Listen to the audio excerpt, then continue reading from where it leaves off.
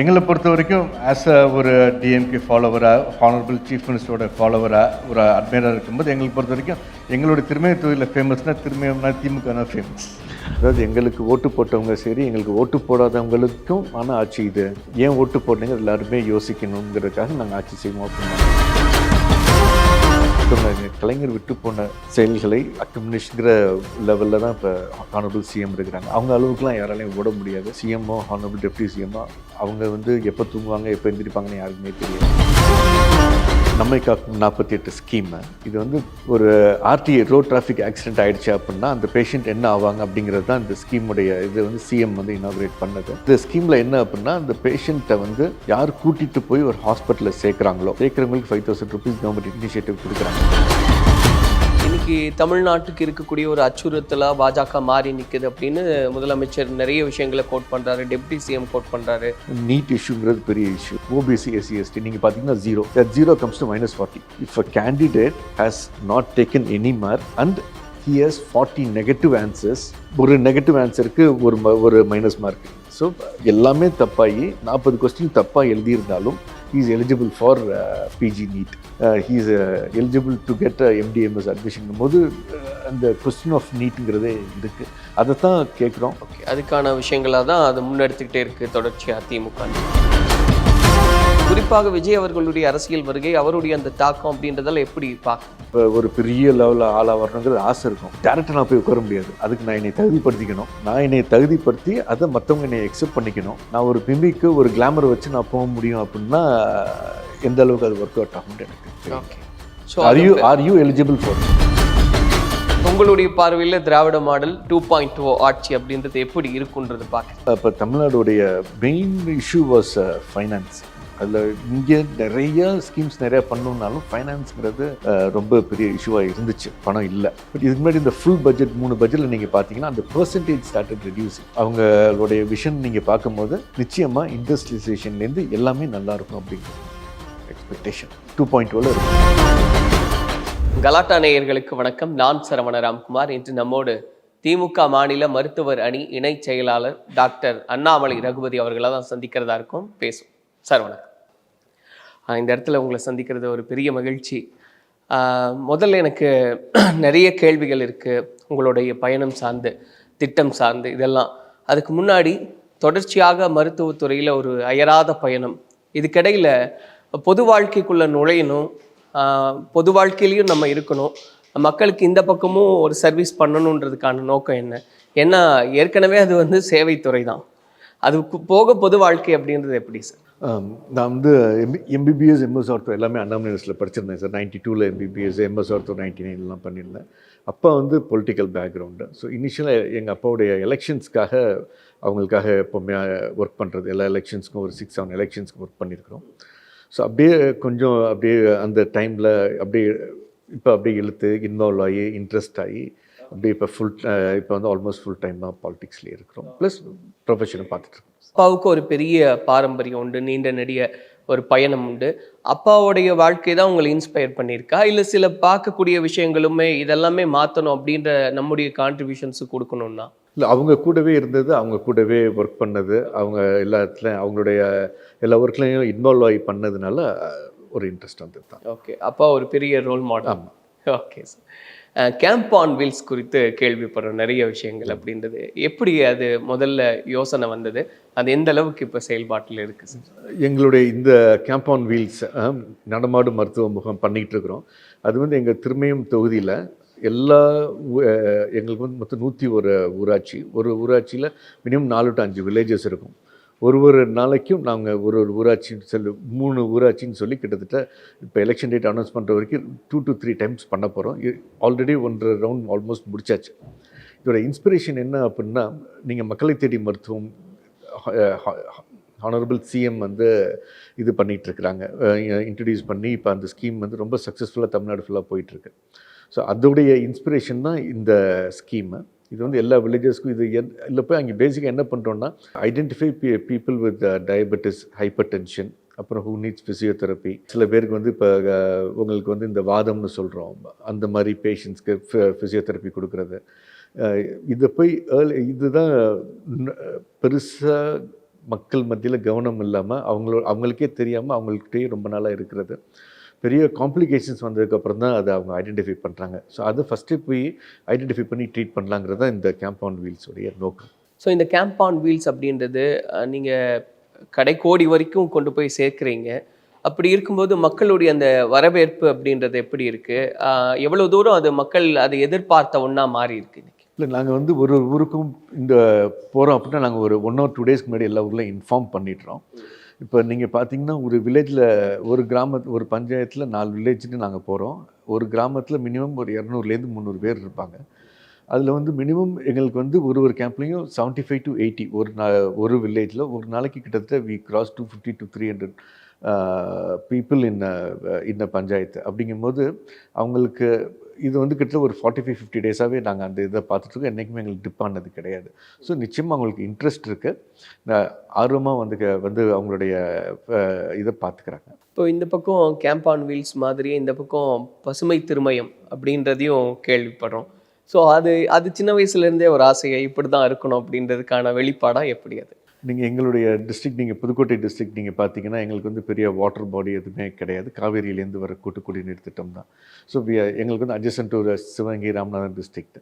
So எங்களுக்கு வந்து இயற்கையாகவே கொஞ்சம் இந்த வாட்டர் கிரவுண்ட் லெவல் எல்லாமே கொஞ்சம் கம்மியான டிஸ்ட்ரிக்ட். அதை ஒரு இனிஷியேட் பண்ணலாங்கிறதுக்காக தான் இந்த பசுமை திருமயம்னு சொல்லி கிட்டத்தட்ட 1 இயராக நிறைய ஊர்களில் போயிட்டு இப்போ ட்ரீ பிளான்டேஷன் பண்ணியிருக்கிறோம். அப்படியே பிளான் பண்ணி வச்சுட்டு அப்படியே ஒடியாந்துடுறது கிடையாது. அங்கே இருக்கிற கழக தோழர்கள் எல்லாத்தையுமே சொல்லி அவங்க வந்து ஃபுல்லாக பராமரித்து அவங்க வந்து அந்த அந்த சின்ன செடி வந்து நல்ல மரமாக வர அளவுக்கு அவங்க எல்லாமே பண்ணிகிட்ருக்குறாங்க. அந்த நோக்கத்தில் தான் இந்த இது பண்ணிகிட்ருக்குறோம். ஸோ அதெல்லாம் இம்ப்ளிமெண்ட் பண்ணும்போது அது ஒவ்வொரு ஸ்டேஜஸை தாண்டும் போது எவ்வளோ ஹாப்பியாக இருக்குது சார்? ஏன்னா அது நமக்கு ஒரு ஆசையாக இருக்குது இல்லையா இதெல்லாம்? ஆமாம், இல்லை நிச்சயமாக. அதாவது இப்போ நம்ம போயிட்டு இனிஷியேட் எடுத்து நம்ம பண்ணிட்டு வந்துடுறோம். பட் அங்கே இருந்து அதை ஃபுல்லாக பார்த்து வளர்க்குறது எல்லாமே இதுதான். இப்போ நம்ம கட்சிக்காரங்க எல்லாருமே ஒன்றிய செயலர்லேருந்து அந்த இருக்கிற கிளைக்கழகம் வரைக்கும் எல்லாருமே அதை பண்ணுறாங்க. ஸோ அது நிச்சயமாக போய் பார்க்கும்போது ரொம்ப ஒரு சாட்டிஸ்ஃபேக்ஷன் இருக்குது. ஸோ நீங்கள் ஒரு மருத்துவராக இருக்கிறனால இன்னைக்கு திராவிட மாடல் அரசினுடைய நிறைய செயல் திட்டங்கள் அப்படின்றதெல்லாம் இருக்குது. ஸோ அது இன்னும் கூட கொஞ்சம் டெப்த்தாக கேட்கலான்னு ஒரு ஆசை. ஏன்னா இன்றைக்கி வந்து மக்கள் எந்த விதத்துலேயும் சஃபர் ஆகக்கூடாது. குறிப்பாக நிறைய ஆக்சிடெண்ட்ஸ் பார்க்குறோம். எந்த விதத்துலேயும் அவங்க வந்து பாதிப்புக்கு உள்ளாகக்கூடாதுன்னு ஏழை எளிய மக்களுக்கான வாய்ப்புகளை எல்லாம் தமிழ்நாடு அரசு உருவாக்குறாங்க.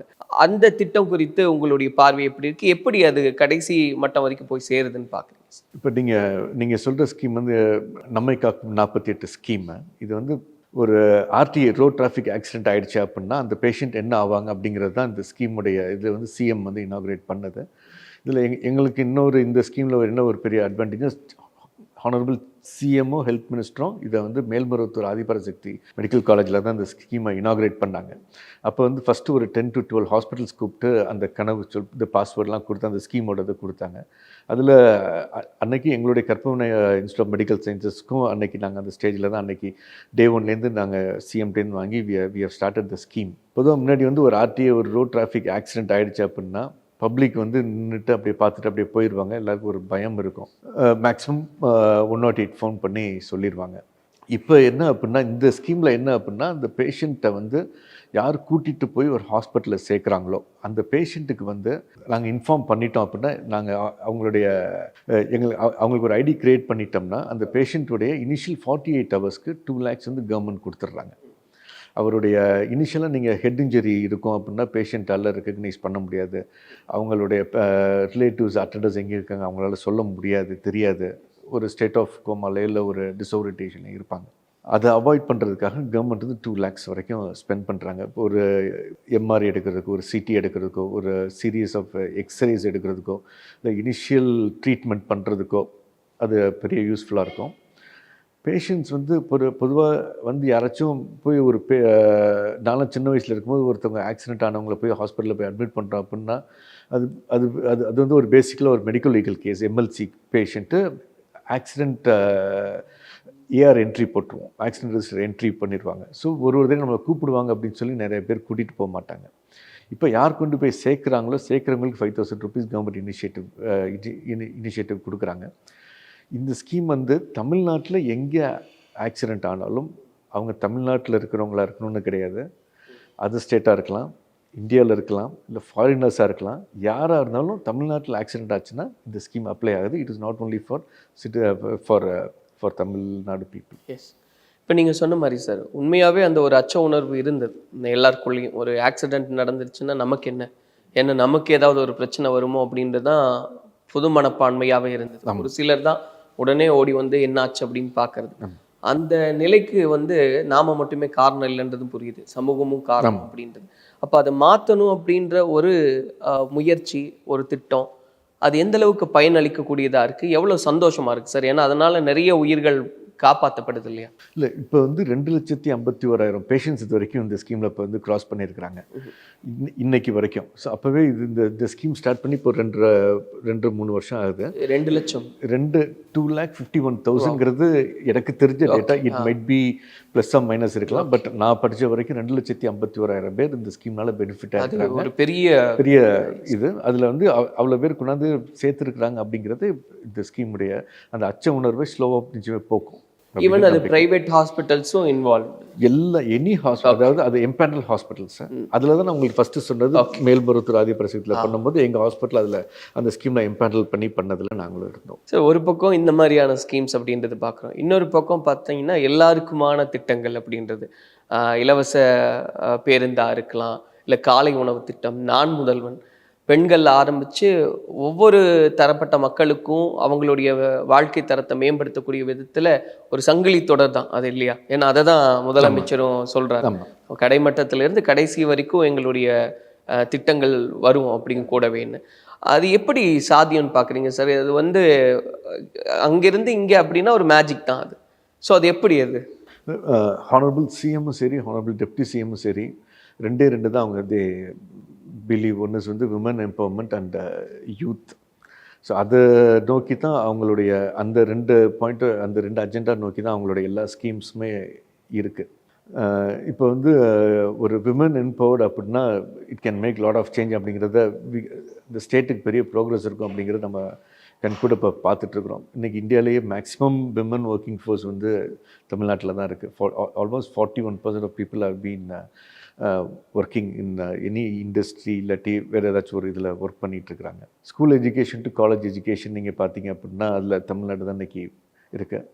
இதில் வந்து விமன் வந்து அதில் வெளியில் போயிடக்கூடாது, ட்ராப் அவுட் ஆகிடக்கூடாது, எனி ட்ராப் அவுட்ஸே இருக்கக்கூடாது. அதில் விமன் வந்து பர்டிகுலர் ட்ராப் அவுட்ஸ் இருக்கக்கூடாது தான் நிறைய ஸ்கீம்ஸ். அவங்க இப்போ வந்து புதுமை பெண் திட்டமாக இருக்கலாம், இந்த மாதிரி நிறைய ஸ்கீம்ஸ். இப்போ நீங்கள் சொன்ன மாதிரி நாள் முதல்வன் ஸ்கீம், அதை பர்சனலாக நான் நிறைய பேரை நான் பார்த்துருக்கிறேன். அதில் பெனிஃபிட் ஆனவங்க நிறைய பேருமே இப்போ நம்ம டிவிலையும் நிறைய இதுலேயுமே நம்ம ப்ரோக்ராம்ஸில் அவங்களுடைய சக்ஸஸ் ஸ்டோரியை நம்ம பார்த்துருக்குறோம். மகளிர் விடியல் பயணம்ங்கிறது நிச்சயமாக இன்றைக்கி எனி விமன் அவங்களுக்கு வந்து மினிமம் 300 to 500 rupees வந்து அவங்களுடைய மந்த்லி பட்ஜெட்டில் ஒரு 800 to 1000 rupees சேவிங் நிச்சயமாக இருக்குது அப்படிங்கிறது எல்லாருக்குமே தெரியுது. ஸோ இந்த மைக்ரோ ஃபைனான்சிங் நீங்கள் பார்த்தீங்கன்னா கோவிட் போது money we have to give it to the people. அப்போ தான் அவங்களுக்கு வந்து அந்த இதாக அப்படிங்கிறத நிறைய எக்கனாமிக்ஸ்லாம் சொன்னாங்க. இந்த மைக்ரோ லெவலில் அவங்களுக்கு வந்து பணம் இருந்துச்சு அப்படின்னா அதை தான் இப்போ பண்ணிக்கிட்டு இருக்கிறாங்க. I think it is working out. People are happy. Yes. அது பேசும்போது எனக்கு இன்னொரு திட்டம் கூட ஞாபகத்துக்கு வருது. ஏன்னா தமிழ்நாடு எதில் எல்லாம் முன்னாடி இருக்காங்க அப்படின்னு பார்க்கும்போது குழந்தை பிறப்பு, அதில் இருக்கக்கூடிய ஒரு ஆரோக்கியம், அந்த சமயத்தில் தாய்மார்களுடைய அந்த இறப்பு சதவிகிதம் வந்து தமிழ்நாட்டில் குறைவாக இருக்குது. குழந்தைகளுடைய ஆரோக்கியம் மேம்பட்டிருக்கு. அதில் ஒரு முன்னணி மாநிலமாக தமிழ்நாடு விளங்குது அப்படின்னு ஒரு டாக்டரா இது எந்த அளவுக்கு ஒரு எல்லாருமே பெருமைப்படக்கூடிய ஒரு விஷயமா இருக்குது அப்படின்றது பார்க்குறீங்க sir? Maternal mortality rate and infant mortality rate, இப்போ குழந்தை அண்ட் தாய் அந்த கர்ப்ப காலத்தில் அவங்களுடைய இது அது வந்து WHO வந்து ஒரு ஸ்டாண்டர்ட் வச்சுருக்கிறாங்க சார். பெர் லேக்குக்கு எவ்வளோ டெத் இருக்குது, அது நம்ம எவ்வளோ அச்சீவ் பண்ணணும் அப்படிங்கிறது. கிட்டத்தட்ட டியூரிங் இண்டிபெண்டன்ஸில் நீங்கள் பார்த்தீங்கன்னா 101லேருந்து 147 வரைக்கும் இருந்துச்சு. 1,00,000 பேருக்கு மதர் இறக்குறது. நிச்சயமாக நீங்களும் கேள்விப்பட்டிருப்பீங்க, நானும் கேள்விப்பட்டிருப்பேன். ஒரு 40-50 வருஷத்துக்கு முன்னாடி இன்ஸ்டியூஷனல் டெலிவரிங்கிறது கிடையாது. அதாவது ஒரு ஹாஸ்பிட்டல்லையோ இல்லை ஒரு பிஹெச்லேயோ எல்லா ஊர்லேயும் வீட்டில் ஒரு பாட்டி, அந்த ஊரில் இருக்க பெரியவங்க தான் டெலிவரி பண்ணுவாங்க. அந்த டெலிவரி பண்ணும்போது நீங்கள் பார்த்தீங்கன்னா இப்போ அம்பிளிக்கல் கார்ட் கட் பண்ணுறதுலேருந்து அதை இது பண்ணுறதுலேருந்து குழந்தைய நிறைய ரீசன்ஸ்னால அந்த இன்ஃபெக்ஷன் வரும், டெத் ஆகிட்டுருக்குறாங்க. ஸோ 1967 தான் இதோடைய சேஞ்ச் ஆரம்பிக்குது. 69 நம்ம எவிடெண்ட்டாக பார்க்குறோம். அதுக்கு என்ன பண்ணலாம் அப்படின்னா ஒரு இன்ஸ்டிடியூஷனல் டெலிவரி தான் நம்ம கொண்டாடணும்.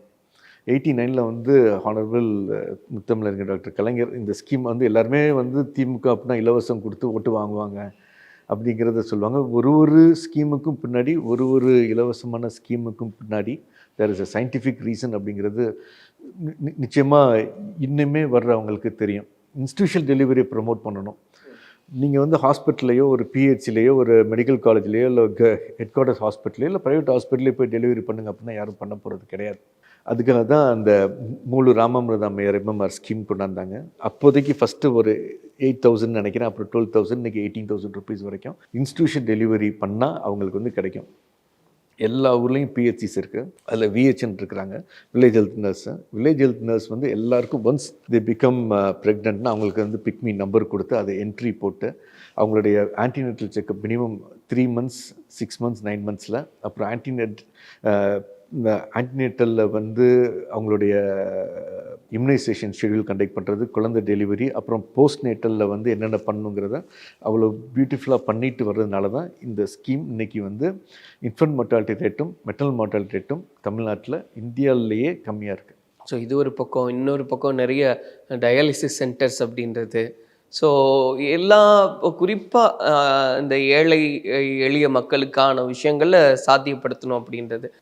அந்த திராவிட மாடல் கையில் எடுத்திருக்கக்கூடிய இந்த விஷயங்கள் குறிப்பாக அடித்தட்டு மக்களுக்கு கொண்டு போய் சேர்க்கணும் எல்லாத்தையும். அது இப்போ நீங்கள் உள்ளேயே இருக்கீங்க, கட்சியிலேயே இருக்கீங்க, அப்படிங்கும்போது பொறுப்பில் இருக்கீங்கும்போது அது பர்சனலாக எவ்வளோ கனெக்ட் ஆகுது சார் உங்களுக்கு? இது இப்போ நீங்கள் அந்த டயாலிசிஸ் சொல்லும் போது, டயாலிசிஸில் வந்து நம்ம முன்னாடி ஒரு 20 yearsக்கு முன்னாடி டயாலிசிஸ்னால் அது ஒரு மிகப்பெரிய எல்லாருக்கும் ஒரு அச்சம் இருந்துச்சு. இன்றைக்கும் பயம் இருக்குது டயாலிசிஸ் அண்டர்கோ பண்ணுறது. பட் இன்றைக்கி ஒரு அளவுக்கு எல்லாராலையும் அந்த டயாலிசிஸ்லாம் என்னங்கிறது தெரிஞ்சுக்கக்கூடிய அளவுக்கு இன்றைக்கி ஒரு அவேர்னஸ் இருக்குது.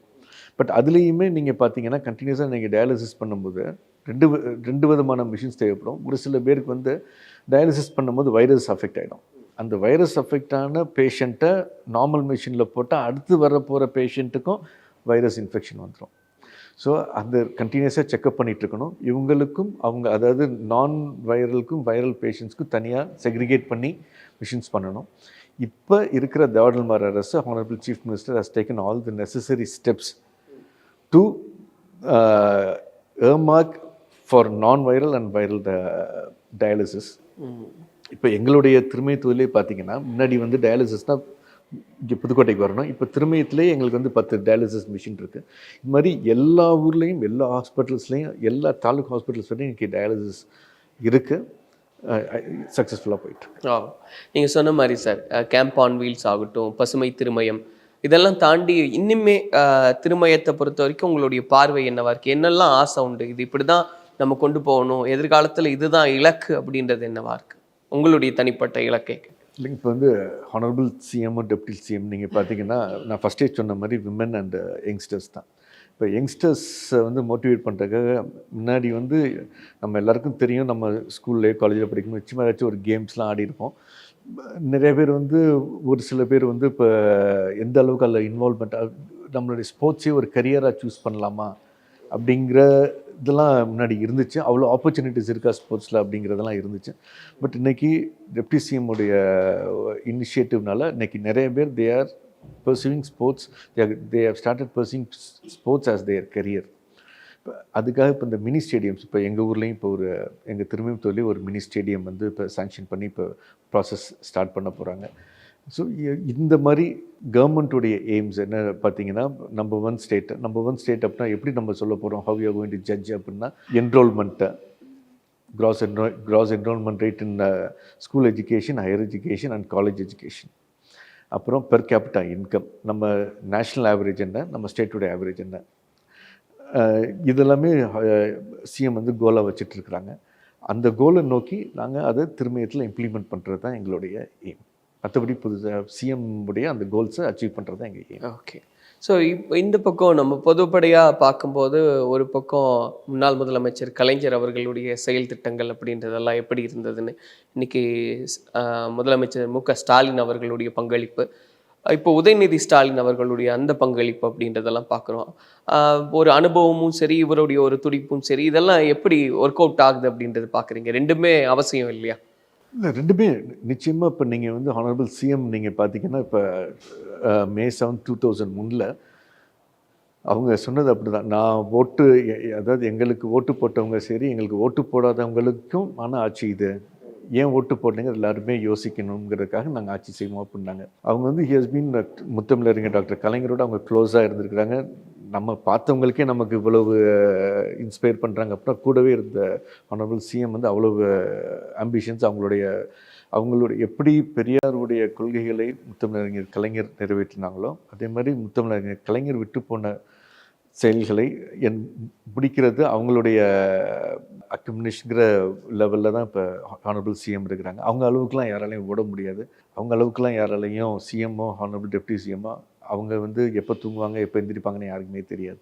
அந்த அளவுக்கு ஆக்டிவாக இருக்கிறாங்க. அவங்களுடைய 50% நம்ம ஒர்க் பண்ணாலும் நம்ம சக்ஸஸ்ஃபுல்லாக வரலாம். பட் இந்த பக்கம் ஒரு யங் ஃபோர்ஸ் இருக்கிறது பார்க்குறோம்ல சார். டெப்டி சிஎம்மாக இருக்கலாம், அமைச்சர் அன்பில் மகேஷாக இருக்கலாம், நீங்கள் இருக்கீங்க. இந்த பக்கம் ஒரு ஒரு எப்படி சொல்கிறது, ஒரு யங் ஃபோர்ஸ் அப்படின்ற மாதிரி ஒரு திராவிட மாடல் இப்படி ஒரு டீம் ஃபார்ம் ஆகுது அப்படின்றது. ஸோ அது எப்படி இருக்குது சார்? இந்த மாதிரி டீமுக்கு இன்புட்ஸ் எப்படி இருக்குது சீனியர்ஸ் கிட்ட இருந்து? அப்பாவே அமைச்சர், அவர்கிட்ட என்னெல்லாம் சொல்கிறது உண்டு? அவர் என்னெல்லாம் உங்ககிட்ட ஷேர் பண்ணல? என்னோடய ஃபாதர் பொறுத்தவரைக்கும் நாங்கள் என்ன சொன்னாலும் இப்போ இந்த மாதிரி இன்றைக்கி இப்போ வந்து பொதுவாக நீங்கள் டிஎம்கேல நீங்கள் பார்த்தீங்க அப்படின்னா டீ குடிச்சிட்டு எலெக்ஷன் வேலை பார்ப்பாங்க அப்படிங்கிறது தான் அவங்களுக்கு வந்து அவங்க திமுககாரங்க மாதிரி யாராலும் எலெக்ஷன் ஒர்க் பண்ண முடியாதுங்கிறது எல்லாருக்குமே தெரியும். பட் இன்றைக்கி things are changing, the days are changing. இன்றைக்கி வந்து technology plays a bigger role. We need evidence, statistics அதெல்லாமே இப்போ வரும்போது இன்றைக்கி இருக்கிற திமுகவில் இருக்கிற எங்கள் அப்பா எல்லாருமே they are use to it. And இப்போ நாங்கள் ஏதாச்சும் சொன்னாலுமே தே அக்செப்ட் இட். இன்றைக்கி அவங்களால வீடியோ கான்ஃபரன்சிங்கில் ஒரு மீட்டிங் கண்டக்ட் பண்ண முடியும். அவங்களால இன்றைக்கி ஸ்டாட்டிஸ்டிக்ஸை பேச முடியும். அவங்களால எவிடன்ஸ் பேஸ்டு ரிப்போர்ட்ஸ் பேச முடியும். அப்படின்னா நாங்கள் சொன்னாலும் அதை கேட்டுக்கிறாங்க. எங்களுக்கும் திருப்பி சொல்கிற அளவுக்கு அவங்க இருக்கிறாங்க. They are getting updated. Yes. அதே மாதிரி இன்னைக்கு தமிழ்நாட்டுக்கு இருக்கக்கூடிய ஒரு அச்சுறுத்தலாக பாஜக மாறி நிற்குது அப்படின்னு முதலமைச்சர் நிறைய விஷயங்களை கோட் பண்ணுறாரு, டெப்டி சிஎம் கோட் பண்ணுறாரு. அது எந்த அளவுக்கு அழுத்தம் கொடுக்கப்படுதுன்றது பார்க்குறீங்க சார் தமிழ்நாட்டை பொறுத்த வரைக்கும்? தமிழ்நாட்டில் நீங்கள் பார்த்தீங்கன்னா சார் இப்போ எஜுகேஷன் வந்து கொஞ்சம் ஃப்ரீயாக இருந்துச்சுனாலே பாதி இதாகிடும். இப்போ நீங்கள் பார்த்தீங்கன்னா இன்னும் நம்மளால் 2-3 யூனிவர்சிட்டிஸ் நம்மளால் ப்ரொப்போஸ்டு ஸ்டேட்டில் அசம்பிளியில் 2 தடவை பாஸ் ஆன யூனிவர்சிட்டிஸ் நம்மளால் கொண்டாட முடியல. சித்தா யூனிவர்சிட்டி இன்னும் பெண்டிங்கில் இருக்குது. வைஸ் சான்சலர்ஸே போட முடியல. நீட் இஷ்யூங்கிறது பெரிய இஷ்யூ. நீட்டு தேவையா, நீட் இல்லாத போது அதெல்லாம் இருக்கும்போது நீட் ஏன் போகணும், நீட் வந்து it is giving standard of education நல்லா இம்ப்ரூவ் ஆகிருக்கு அப்படிங்கிறாங்க. நான் அந்த ஃபீல்டில் இருக்கிறேன் அப்படிங்கிறனால நான் தைரியமாக சொல்கிறேன். இப்போ இந்த வருஷம் 25-26 உடைய பிஜி நீட் ரிசல்ட் நீங்கள் எடுத்தீங்க அப்படின்னா இப்போ ஆஃப்டர் ரிவிஷன் இப்போ வந்து 3rd phase கவுன்சிலிங் இப்போ போயிட்டுருக்கு. பிஜி எம்டிஎம்எஸ் கவுன்சிலிங் போயிட்டுருக்கு. இன்றைக்கி 3rd phase at the beginning of 3rd phase நீங்கள் நீட்டோட மார்க்கு என்ன, who is a eligible candidate எவ்வளோ மார்க் வாங்கியிருந்தா அப்படின்னா இஃப் இஸ் அ OC 0 வாங்கியிருந்தா ஹீ இஸ் எலிஜிபிள். 0% அப்படின்னா இட் கம்ஸ் டு 7. அவர் 7 மார்க் வாங்கியிருந்தா he is eligible. Sorry 7% for OC. For BC வந்து 0. BC MBs அதாவது அங்கே DGHS படி OBC SC ST நீங்கள் பார்த்தீங்கன்னா 0. that 0 comes to -40. if a candidate has not taken any mark and he has 40 negative answers, ஒரு negative ஆன்சருக்கு ஒரு minus mark. So எல்லாமே தப்பாகி 40 கொஸ்டின் தப்பாக எழுதியிருந்தாலும் he is eligible for PG NEET. He is eligible to get MDMS admission போது அந்த question of நீட்டுங்கிறதே இருக்குது. அதைத்தான் கேட்குறோம். அதற்குள்ள தான் இஷ்யூஸ் போயிட்டுருக்கு. ஓகே, அதுக்கான விஷயங்களாக தான் அது முன்னெடுத்துக்கிட்டே இருக்குது தொடர்ச்சியாக திமுக. இன்னொன்று சார், இன்றைக்கி இருக்கக்கூடிய 26 தேர்தலை மையப்படுத்தி பேசும்போது ஒரு பக்கம் திமுக கூட்டணி, இன்னொரு பக்கம் அதிமுக பாஜக கூட்டணி, இன்னொரு பக்கம் விஜய் அவர்கள் சீமான் அவர்கள் அப்படிங்கும்போது எல்லா கட்சிகளும் சொல்கிறதா எங்களுடைய கரங்கள் தான் ஓங்கி இருக்குது அப்படின்னு சொல்கிறது. குறிப்பாக விஜய் அவர்களுடைய அரசியல் வருகை, அவருடைய அந்த தாக்கம் அப்படின்றதெல்லாம் எப்படி பார்க்குறீங்க? சரி, நான் இன்னும் அதை பெருசாக ஒன்றும் ஏன்னா ஃபஸ்ட் இயர்ஸ் டு கம் பேசணும். இப்போ நான் வந்து எனக்கெல்லாம் ஒன்றும் பெரிய இதே கிடையாது. நானே ஃபீல்டுக்கு போகிறேன். இப்போ நீங்கள் பார்த்தீங்கன்னா 2-3 வருஷமாக வந்து எங்களுடைய ஹானரபிள் சிஎம்மும் deputy CM they are preparing as இப்போ நான் வந்து மணப்பாறை தொகுதியுடைய பார்வையாளராக இருக்கிறேன். அவ்வளோ தடவை விசிட் போயிருக்கிறோம். நாங்கள் எஸ்சிஆரில் வந்து அவ்வளோ ஒர்க் பண்ணியிருக்கிறோம். எல்லா ஸ்டேஜஸ்லேயும் வி ஹவ் ஒர்க்ட். ஒர்க் பண்ணணும், எல்லாருக்குமே பெரிய லெவலில் வரணும். எனக்கும் வந்து ஒரு பெரிய லெவலில் ஆளாக வரணுங்கிறது ஆசை இருக்கும். டேரக்டாக நான் போய் உட்கார முடியாது. அதுக்கு நான் என்னை தகுதிப்படுத்திக்கணும். நான் என்னை தகுதிப்படுத்தி அதை மற்றவங்க என்னை எக்ஸெப்ட் பண்ணிக்கணும். நான் ஒரு பிம்பிக்கு ஒரு கிளாமரை வச்சு நான் போக முடியும் அப்படின்னா எந்த அளவுக்கு அது ஒர்க் அவுட் ஆகும்னு எனக்கு தெரியும். Okay. So are you eligible for it? Yes, அது அப்போ பெருசா வேல்யூ பண்ண வேண்டியது இல்லை அப்படின்றது தான் பார்வையா சார், இல்லை அவங்க நிறைய லேர்ன் பண்ணணும் அப்படின்ற பாயிண்ட் ஆஃப் வியூ? இல்லை, எனக்கு வந்து உண்மையில் எப்படி அவங்களுடைய கேடர்ஸ் கன்ஃபியூஸ்டாக இருக்கிறாங்களோ அதே மாதிரி தான் நானும் கன்ஃபியூஸ்டாக இருக்கிறேன் அவங்களுடைய. ஓகே, அந்த இம்பேக்ட் எப்படி இருக்குன்றது.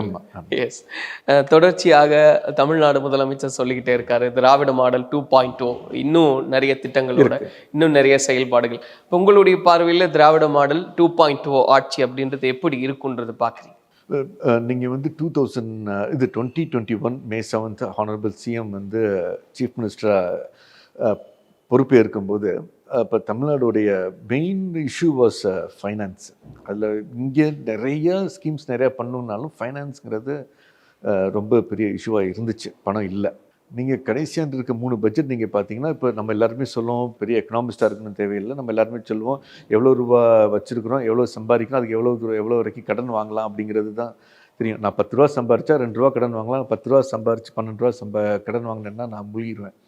ஸோ அது வந்து சென்ட்ரல் அது யூனியன் கவர்மெண்ட்டு நிறைய நார்ம்ஸ் எல்லாமே இருக்குது. அந்த நார்ம்ஸ்குள்ளே தான் போன ஏடிஎம்கே கவர்மெண்ட்டில் வாங்கினாங்க. இப்போ வந்து ஹானரபிள் சிஎம் தலைமையில் இருக்கிற கவர்மெண்ட்லேயும் வாங்கிட்டு இருக்கிறாங்க. பட் என்ன பெரிய இது நம்ம பார்க்குறோம் அப்படின்னா, இந்த கடைசி 3 பட்ஜெட், இப்போ அடுத்த பட்ஜெட் நெக்ஸ்ட் வீக்கில் இருக்கும். பட் இதுக்கு முன்னாடி இந்த ஃபுல் பட்ஜெட் 3 பட்ஜெட்டில் நீங்கள் பார்த்தீங்கன்னா அந்த பெர்சன்டேஜ் ஸ்டார்டட் ரெடியூசிங். அதாவது நம்மளுடைய டெஃபிசிட்டும் நம்மளுடைய இன்கத்துக்கு இருக்கிற அந்த கேப்பில் இருக்கிற அந்த கடனில் இருக்கிற percentage started reducing. If the same trend continues and 2030 வந்து எக்கனாமியோடைய சிஎம் வந்து இப்போ இது வந்து அவங்களுடைய விஷன் நீங்கள் பார்க்கும்போது நிச்சயமாக இண்டஸ்ட்ரியலைசேஷன்லேருந்து எல்லாமே நல்லாயிருக்கும் அப்படிங்கிறது எக்ஸ்பெக்டேஷன் 2.0 இருக்கும். ஸோ அதில் ஒரு உறுதியாக இருக்கும். Right. So thank you so much sir. ஏன்னா ஒரு தெளிவான பார்வை, இன்னொன்று திருமயம் குறித்த ஒரு பெரிய ஒரு எதிர்பார்ப்பு அப்படின்றதெல்லாம் இருக்குது, நிறைய செயல் திட்டங்கள் இருக்குதுன்னு புரிஞ்சுக்க முடியுது. நீங்கள் நினைக்கிறதெல்லாம் வசப்படட்டும். எங்களுடைய வாழ்த்துக்களை தெரியப்படுத்திக்கிறோம். நன்றி. நன்றி. Thanks for this opportunity. Thank you. நன்றி.